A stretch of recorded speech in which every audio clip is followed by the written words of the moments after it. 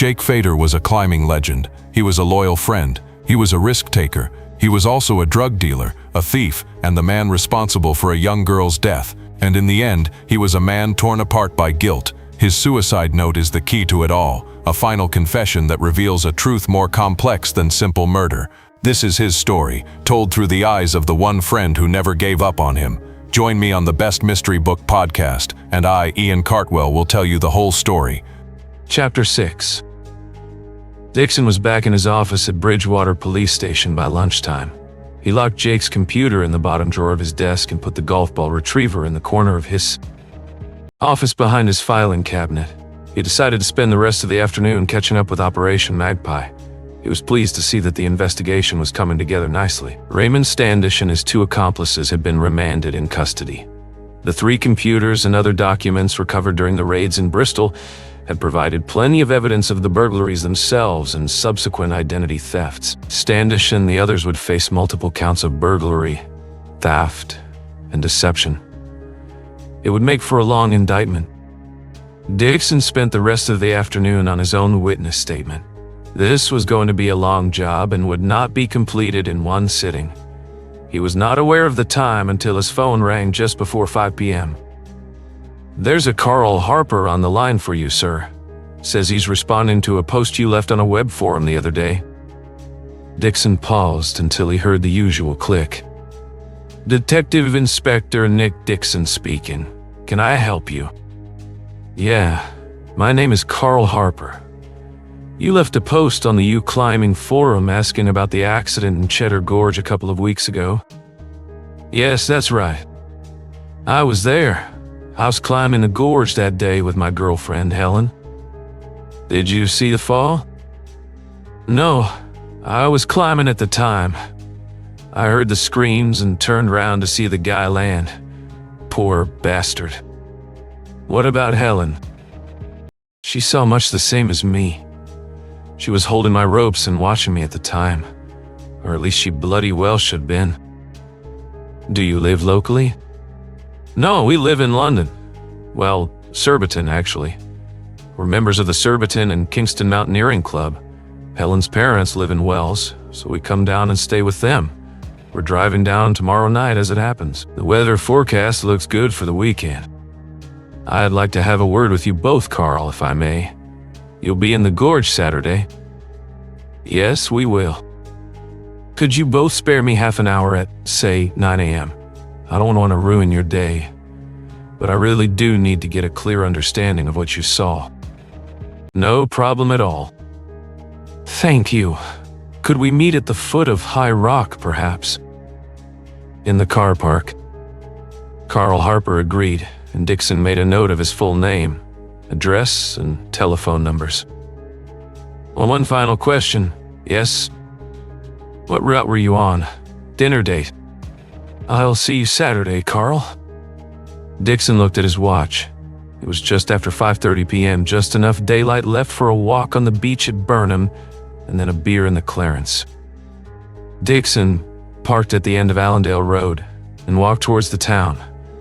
He would usually walk in the other direction, towards the lighthouse, but tonight was different.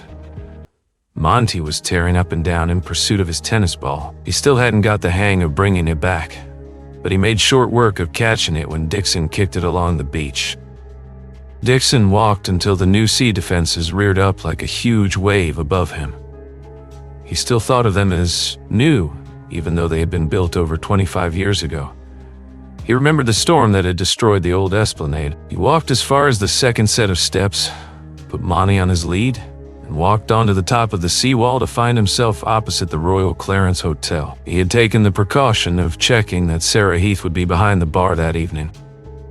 Very little appeared to have changed in the 10 years since Dixon was last in the Clarence.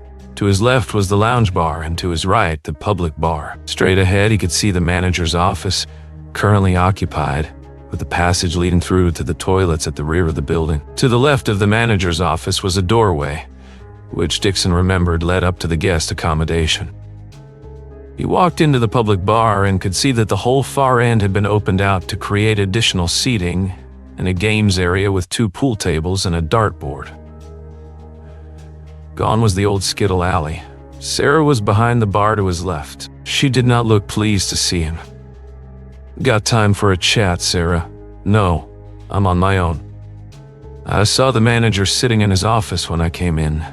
That's the owner. You won't mind covering the bar for 10 or 15 minutes. What do I tell him?" "You tell him that there's a police officer here wanting a quick chat with you in relation to the death of your boyfriend. If it's a problem, I could have a word with him." "No, it's no problem.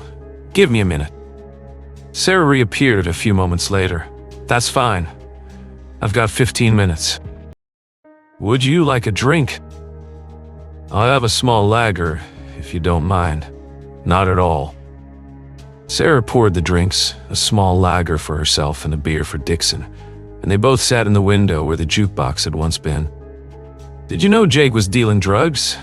Sarah hesitated. Dixon waited. "Yes. Ecstasy." "Where was he getting them from?" "Some bloke he had known since school." "Name?" "He never told me his name." "Where does he live?" "Above a shop in the high street, I think." "So we've got possession with intent to supply a class of drug." "It was only a little bit here and there. Small time for pocket money, really." "How much was he making?" "I told you. Just a bit of extra cash. Nothing serious. He bought 10 pills for 50 quid and sold them on for 100. It really wasn't anything." "I understand that, Sarah. My only interest in this is purely as a possible motive for his murder." I know. Did you know he was supplying PMA too? No? You know what PMA is? Yes. Did you ever meet his supplier? No. Could it have been the man Jake was arguing with outside the Vic the night before he died? I'd definitely not seen that man before. It couldn't been him, I suppose.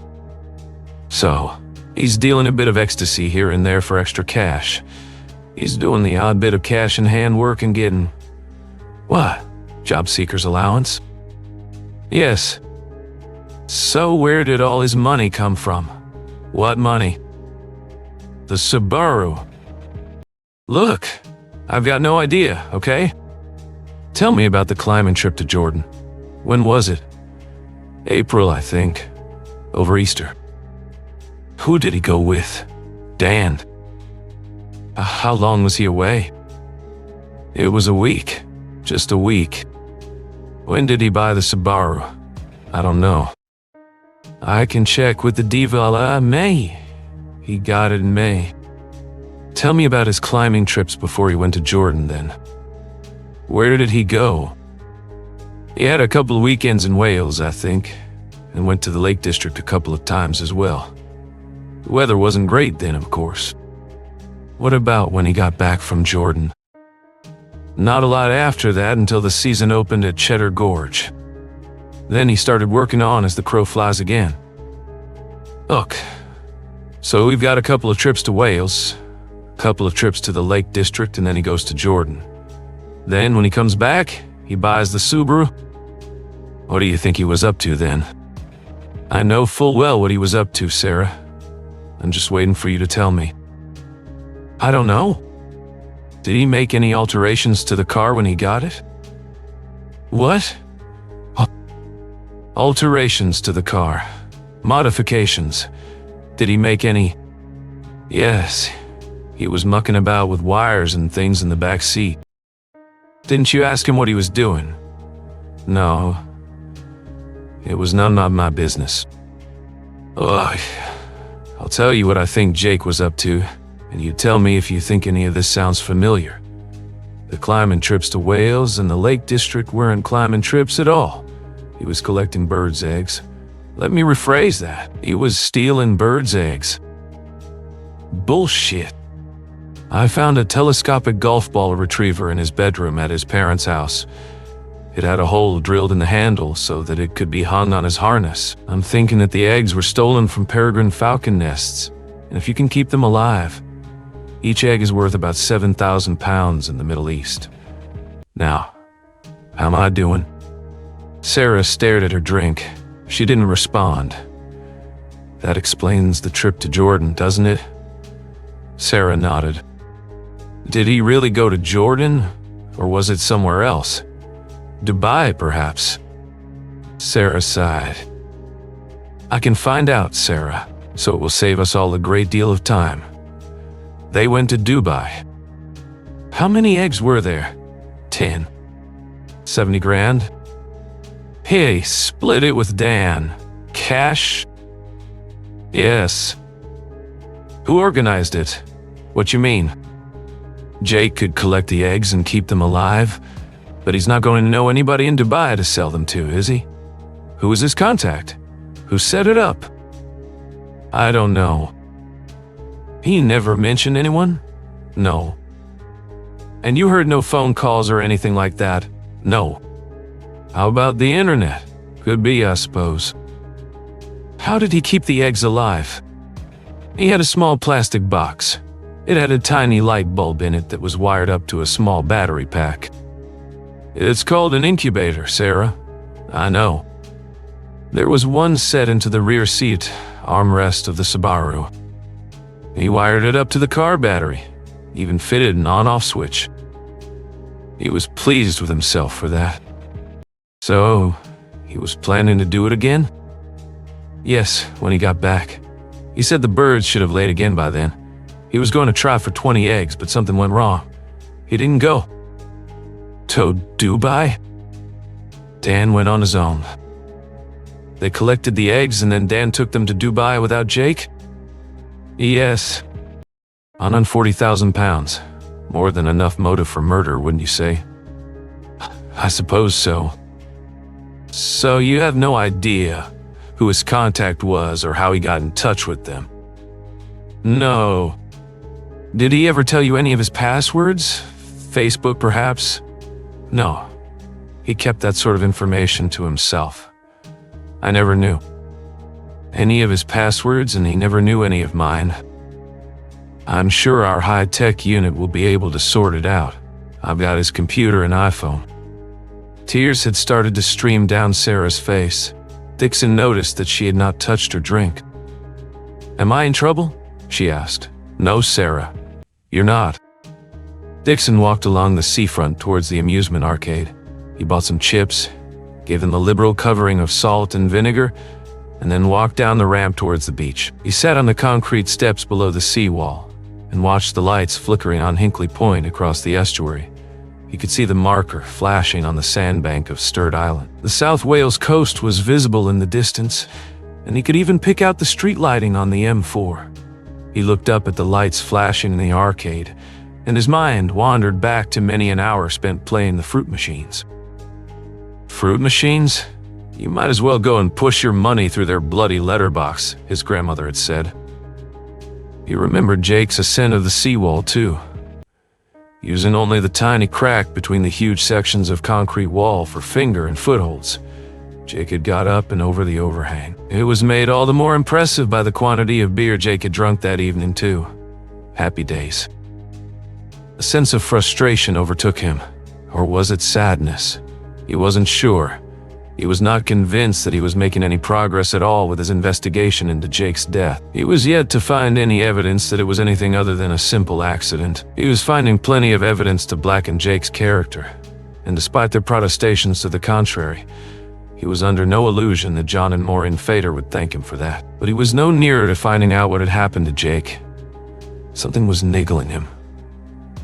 It was irritating him like an itchy scab, and he was determined to keep picking at it. Dan and Hunter held the key. Dixon was sure of that. No doubt he would meet him at Jake's funeral tomorrow.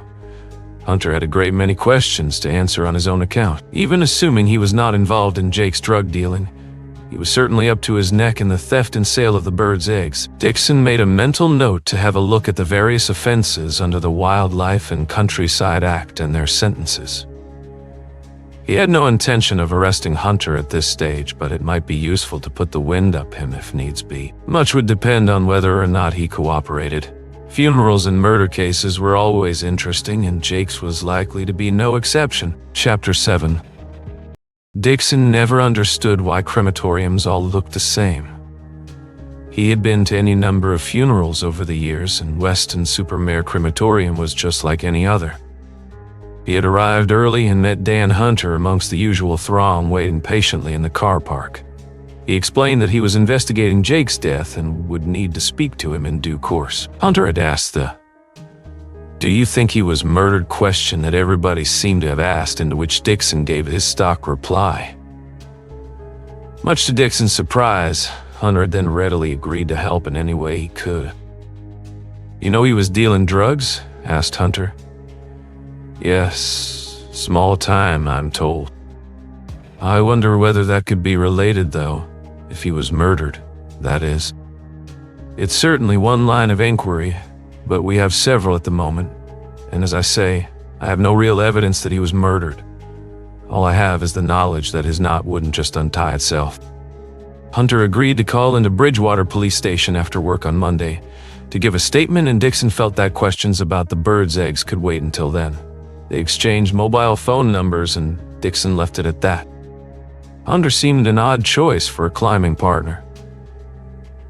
Dixon guessed that he was in his early 40s, and a generous assessment was that he was not particularly athletic. He had admitted, much as Dixon had to, that he had spent most of his time holding Jake's ropes. He added that they had not climbed much together in recent months, but he had known Jake was getting close to a first ascent of as the crow flies. Dixon was standing with Hunter at the back of the crematorium when Jake's coffin was brought in. Jake's parents were walking slowly behind it with Sarah. John Fader's military bearing appeared to have deserted him, and all three were crying. Dixon couldn't help a wry smile when the congregation started singing Rock of Ages, and he wondered whether Jake had told his parents that he wanted "Never Mind the Bollocks" by the Sex Pistols played at his funeral. It had been their stand-in joke. Sarah Heath was dressed in a dark suit and had been doing a good deal of crying. Dixon spoke briefly to John and Maureen Fader after the service, simply to pass on his condolences. He excused himself from the wake with the explanation that he had to be back at work, and assured them that he would ring them later. Dixon was in the gorge by 8 a.m. the following morning. It was pouring with rain. So much for Carl Harper's weather forecast. He had lost count over the years of the number of climbing trips canceled due to poor weather forecasts. It was similar to the number of trips that turned out to be a total washout after perfect forecasts. He parked his Land Rover on the verge opposite the car park at the foot of High Rock. Two climbers were about to embark on Coronation Street, despite the weather, and he didn't want to take the chance of falling rocks hitting the car. Not that anyone would notice from the bodywork, but he had decided to leave Monty in the back. He knew from experience that dogs and cliffs do not mix. Dixon was wearing an old pair of jeans, trainers, a pullover, and a waterproof top. He had with him a small blue rucksack that contained waterproof trousers, a bottle of water, his camera, and a pair of binoculars that he had got for £5 when filling up a pile. With petrol many years before, they had proved invaluable ever since. He walked down the gorge to a sharp left-hand bend where a small path left the road and crossed the bank on the right. It ran up to the left of the terraces on the north side of the gorge. He knew from experience, of course, that this was the path to the terrace at the foot of Heartleaf Bluff. He wanted to get a clear idea of what Carl Harper and his girlfriend could have seen before questioning them. The path rose up sharply and zigzagged over the first broken terrace. It was narrow, more of a sheep run, and covered in loose stones. Dixon followed a fork in the path to the right, which took him out along the terrace at the foot of Prospect Tier, the middle level. He walked to the end of the terrace and looked across to the south side of the gorge. He could see nothing of the top of High Rock and estimated that he had gained only 150 feet or so in elevation. Clearly, no one on this terrace or even on Prospect Tier could have had any view of the top of the gorge.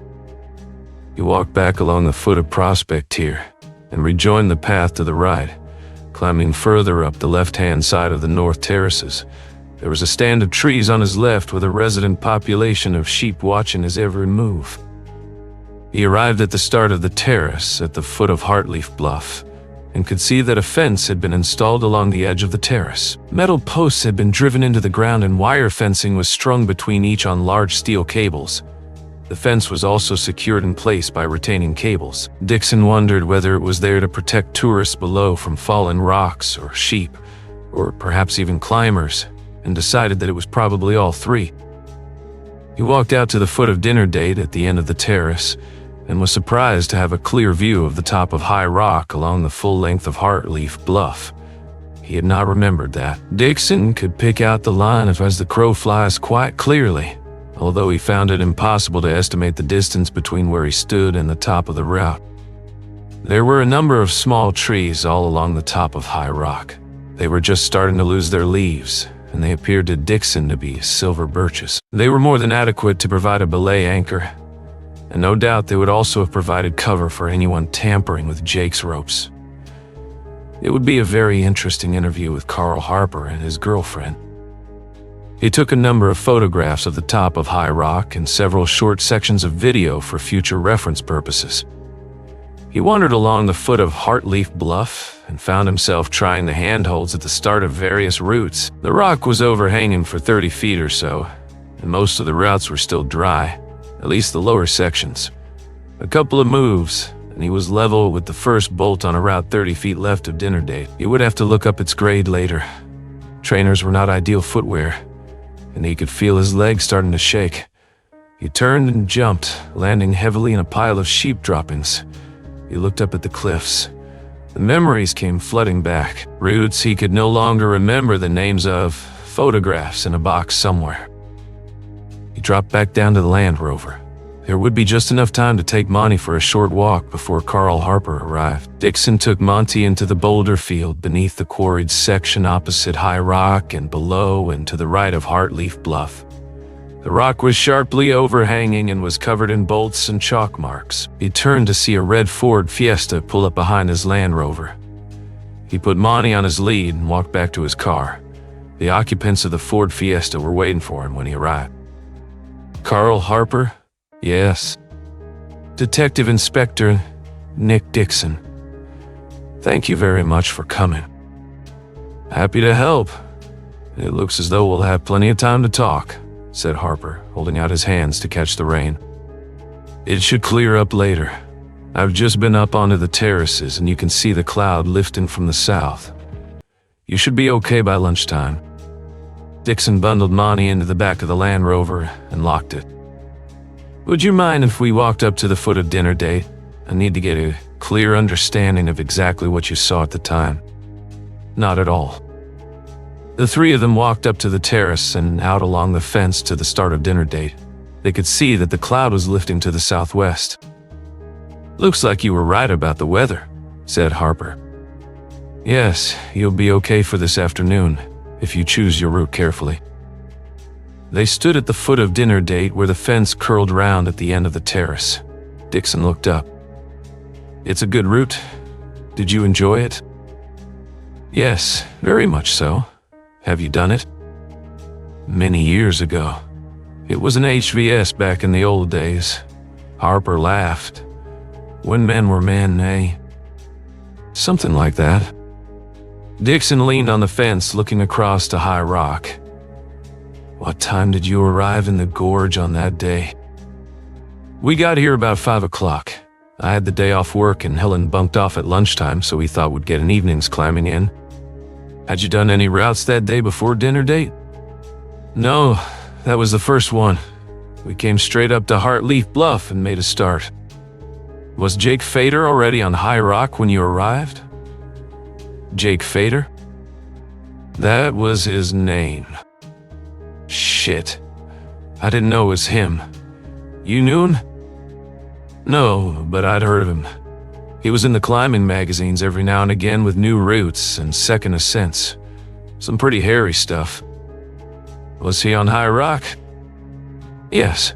He was just sailing in when we arrived, and we could see him practicing a route when we got up to the terrace. What was he working on? A direct finish to Crow. It was going to go at about a 7.6C. Shit. What happened then? We got on with Dinner Date. I was leading and Helen was holding the ropes. I was leaning back against the fence post here, said Helen. She gestured to the last post on the end of the terrace. I was watching Carl and had my back to High Rock. A dedicated second, said Dixon. I know it well. I'd never hear the last of it if I wasn't, replied Helen. What happened next? I must have been 2/3 of the way up the route. Above the crux, or at least it felt like it. Then there was an almighty shout. I turned to see him falling. What about you, Helen? I heard a shout too, and turned to see the fall. It was horrible. Tell me about the shout. Where did it come from? Tourists in the car park, I think. Yes, that's right, said Helen. Some shouts. Some of them were screaming. I could see tourists running down in the car park. Jake Fader made no sound then. Come to think of it, no, none at all, replied Carl. I'd have been wailing like I don't know what, said Helen. Had you been watching Jake climbing at all? No, not really. We were concentrating on doing our own route. We'd only got a couple of hours before the light went. Of course, said Dixon. Dixon felt the time had come to ask the all-important question. Did you see anything unusual at the top of High Rock? I didn't, said Helen. The shouts came from below, so when I turned, I looked down to see what was going on. I saw the tourists running, and then looked up to see Jake Fader falling. Thank God I was able to look away just in time. What about you, Carl? You were higher up, weren't you? I heard a shout and looked over my shoulder. Which way? Asked Dixon. What do you mean? Which way did you turn? As far as I can remember, I turned to the left and looked over my left shoulder. My weight was on my right leg. Were you in balance at the time? Yes. I'd been placing some gear. So, you heard the shouting. You looked over your left shoulder, and what did you see? I saw Jake Fader falling. What about at the top of High Rock? Think very carefully. This is very important. Carl hesitated. The trees would have been in full leaf, wouldn't they? What about movement? Did you see any movement in the trees? Carl still hesitated. He looked across at Helen. She nodded. I get the impression that you have something to tell me, Carl. I saw someone in the trees at the top of High Rock, or at least I think I saw someone. Tell me exactly what you saw. It sounds really crazy, but I think I saw a figure moving back through the trees. Male or female? I couldn't tell. Clothing? Dark. Must have been in either black or navy blue. Nothing bright. Were they run? Sort of, I think. They were crouched. Did you see where they went? No. I looked down into the shouting below and then I watched Jake fall. How about after that? I looked back to the top of High Rock and the figure was gone. What direction had this person been going in? They were following the line of the trees diagonally to the right. Dixon looked across to the top of High Rock and could see a diagonal line of trees ending at the foot of a small outcrop. The exit was to the right of the outcrop, then up and over the back of the gorge. From there, the person would have been in cover all the way. Did you see this person again? In the car park, perhaps? No? What did you do then? I clipped into the belay at the top and Helen lowered me off. I took all the gear out on the way down and then we dropped back down to the car park to see if we could help. Did you tell anyone what you saw? We gave our names to a police officer who arrived. And no one's been in touch with you since, I suppose? No? Well, they bloody well should have been. I'm sorry about that. Clearly, your evidence is vital. I wasn't sure whether to say anything, really. I can't be 100% sure what I saw, to be honest, and I certainly couldn't identify anyone. I wouldn't expect you to be able to do that. It must be 200 or 300 yards across to the top there. I suppose so, said Carl. Let's drop back down to the car park. If you don't mind, I think I'd like to get a statement from you now. You've probably got an hour or so until the rain starts to clear up. What say we drop down to Costa and get some statements written up?" "Yes, that's fine," said Carl. "You okay with that, Helen?" "Yes, fine." Once back down in the car park, they climbed into Dixon's Land Rover. Costa Coffee was only 500 yards down the gorge, but it was still pouring with rain and they had got wet enough up on the terrace. Dixon bought the coffees and they sat in the far corner of Costa, which was practically deserted, giving them a measure of privacy. Dixon hand wrote out a detailed statement from Carl Harper and a short statement from Helen. The essential detail was covered thoroughly. The next step would be for Dixon to persuade DCI Lewis to open a murder investigation. Dixon dropped Carl and Helen back at their car just before midday. It had stopped raining by then. Dixon wished them a good day's climbing and recommended a route called Morning Glory. Not technically difficult. It took in the full height of the gorge on the south side. "It's a great day out," said Dixon. He had done the route with Jake one New Year's Day many years before. It had proved to be a great hangover cure. Dixon climbed into his Land Rover and looked at his watch. He needed to be home by 2 p.m. to take delivery of a new sofa. Just enough time to have a closer look at the top of High Rock. Dixon decided that the fastest way to the top of High Rock was to climb. He left his rucksack in the car and put his camera in his pocket. He then walked over to the short slab to the left of the lower car park on the south side of the gorge and looked up. He remembered the slab was very easy. In fact, Jake and he had often used it as a descent route, but then that hadn't been in the rain and wearing an old pair of trainers. Nevertheless, he decided to go for it, for old time's sake. He made short work of the slab itself and then scrambled over the terraces and through the undergrowth to the foot of a route he knew well. Knight's Climb was a route that he had done many times, both in ascent and descent. It was graded difficult, which Dixon reminded himself was the easiest grade of climb, being one step up from a scramble. Dixon looked up at Knight's Climb and could see water pouring down the route. It followed the line of a chimney moving diagonally, right up Acid Rock. That would at least mean that he would be able to stay in balance, although he knew that he was going to get soaked to the skin and covered in mud. The climb was surprisingly dry, but there was a good deal of loose rock in the chimney and more vegetation than he remembered. Knight's Climb was not as popular a route as it had once been. He climbed the first section with ease before stepping out onto a steep grass ledge. The chimney continued above him, and he could see that the top of the route was now in sunshine. He was starting to enjoy when he arrived at the top of the chimney to find that a rockfall had removed the last 20 feet or so of the route. This was not part of the plan. The line in front of him was broken and loose, and it was obvious from the sediment that it had not been exposed to the elements for very long. He started to panic. He looked back down the route. Reversing Knight's Climb was once something he would have taken in his stride, but not now. The only option was to keep going. There was only loose rock and mud in front of him. To his left was the blank wall of acid rock. He looked to his right. The heavily vegetated gully offered him an exit, and so he took this option. It was his only option. He launched himself into the bushes and arrived at the top a few minutes later. His hands and face were covered in scratches, but all in all, he had enjoyed it. He followed the top of the cliff to the trees at the top of High Rock.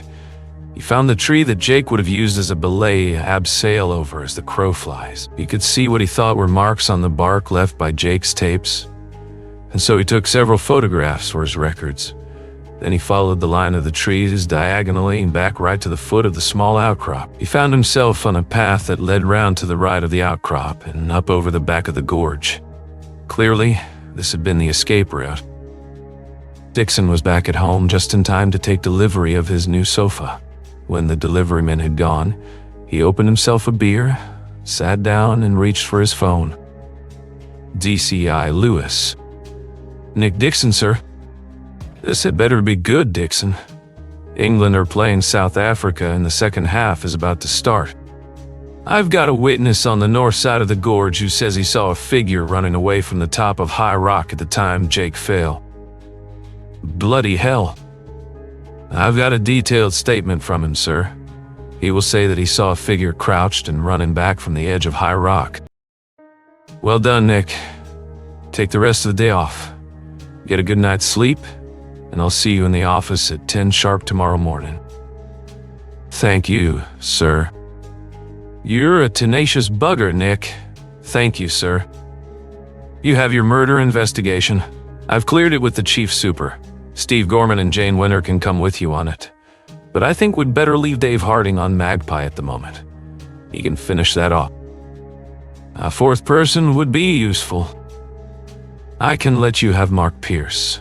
He's a young detective constable, very keen and very able, from what I can gather. Do I know him? Probably not. I don't think you've worked with him yet. What about the Weston Supermare lot? It's their patch, really. You leave them to me. I suggest you schedule a briefing for 10 a.m. tomorrow. That'll leave you time to make a few calls first. And don't forget the coroner, for heaven's sake. I've already left him a message, sir." Cheeky sod. Dixon spent the afternoon putting all of his papers into one file. He printed off the photographs, photocopied the statements, and put them all into a box file. But for some reason, even in this digital age, he still felt more comfortable having a paper copy of everything. He sent emails to the new team, attaching scans of all of the witness statements, the photographs, and also the video footage. Hopefully they would be reasonably familiar with the case before the briefing tomorrow morning. He included the statements from Carl Harper and his girlfriend, Helen, as well as notes of his conversations with Jake's girlfriend, Sarah Heath. Dixon then rang PC Cole at Cheddar and left a message for him to bring all of the evidence being held there to Bridgewater Police Station first thing in the morning. PC Cole was scheduled to come on duty at 8 a.m. Dixon left him in no doubt that he expected the evidence to arrive at Bridgewater in time for the briefing at 10 a.m. now. Dixon suddenly found himself sitting at his desk looking for things to do. He realized that he was putting off going home, but knew he could do so no longer. John and Maureen Fader needed to know what was going on, and he would call in to tell them on his way. Maureen Fader answered the door. "Nick, come in." "John, it's Nick." She looked pleased to see him. John Fader appeared in the doorway of the sitting room. "I'm assuming you've got some news for us, Nick?" he said, looking less than pleased to see him. "I have, but I'm afraid you're not going to like it." "We need to hear it all the same, Nick," said Maureen, "and we'd rather hear it from you." John and Maureen sat side by side on the sofa in the sitting room, holding hands. Dixon sat in the armchair opposite them. "There's no easy way to say any of this, so I'm just come straight out with it if you'll forgive me." "Go ahead," said John. "Jake's death is now the subject of a murder investigation." Maureen started to cry. "Keep going," said John. "We've got a witness who says that he saw a figure running away from the top of High Rock at precisely the time Jake fell." "I bloody knew it," said John. "There's no evidence to corroborate this statement yet, and sadly the witness didn't get a clear view of this person. But it does look as though Jake's ropes were interfered with." "Why?" said Maureen. "For God's sake, why?" "This is where it gets more complicated, I'm afraid." "Why?" "We have to look for possible motives. I'm afraid that I have found two." "What? What?" "Well, it looks as though Jake was involved in small-time drug dealing. He was buying and selling ecstasy tablets for small change, really, but that's one possible motive. We wondered where his money was coming from, didn't we, Maureen?" said John. Maureen couldn't speak. "It also looks as though Jake was involved in stealing birds' eggs." "Birds' eggs?" said Maureen. "That's right. Peregrine falcons, to be precise. If you can keep the eggs alive and get them to the Middle East, they're worth 7,000 pounds each." "The trip to Jordan?" asked John. "Yeah. Didn't go to Jordan at all, John. He went to Dubai, where he sold 10 eggs." "That's 70,000 pounds, said John. "It is. More than enough motive for murder, I'd have thought. It looks like he was planning to do it again as well, because he'd fitted an incubator into the rear seat armrest of his car." We wondered how he afforded to buy that car, said Maureen. I'm afraid it's going to have to be impounded. He'll arrange for it to be collected tomorrow. So, who killed him? Asked John. I don't know yet, but in the first instance, I'm looking for his contact. Jake could steal the eggs, but he'd have no way of selling them without help. It's that person we need to find. You do what you have to do, Nick, said John. Maureen appeared to have gathered her composure. Jake bought the Subaru when he got back from Jordan or Dubai, or wherever it was he went. So why did he fit the incubator in the armrest? He did again, Maureen. More eggs and another trip to Dubai. Only something went wrong. I haven't got to the bottom of what yet, but he didn't go. He never knew when to quit, said John. Falconry is big business in the Middle East, John. Maureen started sobbing again. I think I'd better leave you to it, said Dixon. John Fader nodded. I'll show myself out. It had been an early start. Dawn and dusk had always been the best times to catch pike, but these days, it was a rare occasion when he got out of bed much before 9 a.m. at the weekend. This morning's alarm had gone off at 5 a.m. It was still dark. He had made a thermos flask of coffee and had stopped at the petrol station to get some sandwiches and chocolate. He had put his fishing tackle in the car the night before and had arrived at Gold Corner pumping station before sunrise. He parked in the muddy car park opposite the farm and walked through the wooden 5-bar gates. He followed the muddy farm track over Powder Sluice on the River Crips, and then climbed over the 5-bar gate into the field. He was now behind the farm and the pumping station and walking along the South Drain, his favorite pike fishing venue. He followed the north bank for about 800 yards towards the metal bridge that took the farm track over the drain. There was a slight bend at this point with sluices bringing small streams into the drain on either side, creating small bays. Ideal features for pike. This had always been a favorite spot.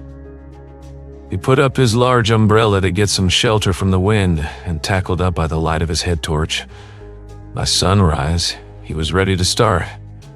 He was fishing 2 rods and cast one into the bay opposite and the other along the near side bank. Each had a small mackerel on the hook that he hoped would take the fancy of any pike roving along either the far or the near bank. The wind had dropped, and in the morning light he could see cows in the fields behind him and opposite grazing gently on the wet grass. He could hear the buzz of the electricity pylons and spotted several vapor trails glowing red in the morning sun. A buzzard was wheeling overhead. By mid-afternoon, he had caught 3 good-sized pike, the largest weighing in at just over 17 pounds. It was turning out to be a good day. He could see a figure walking along the bank towards him. He was wearing dark trousers and a blue coat. It would be the Environment Agency bailiff coming to check his license. A regular occurrence and nothing to worry about. He reached into his pocket to check that his license was in his wallet. May I see your license, sir? He turned to find himself looking straight into the barrel of a gun. He didn't have time to look up. He saw the trigger finger twitch.